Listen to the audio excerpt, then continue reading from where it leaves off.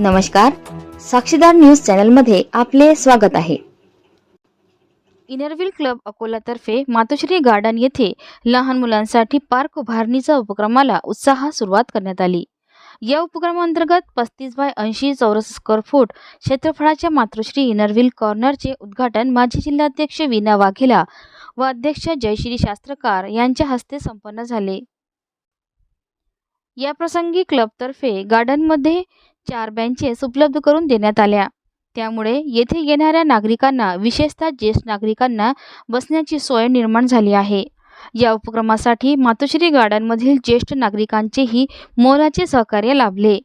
कार्यक्रमास अध्यक्ष जयश्री शास्त्रकार, माजी जिल्हाध्यक्ष वीणा वाघेला, माजी अध्यक्ष जया सरदेसाई, माजी अध्यक्ष संगीता गांगुर्डे, सुजाता सावळे तसेच मातोश्री गार्डनमधील नागरिक मोठ्या संख्येने उपस्थित होते।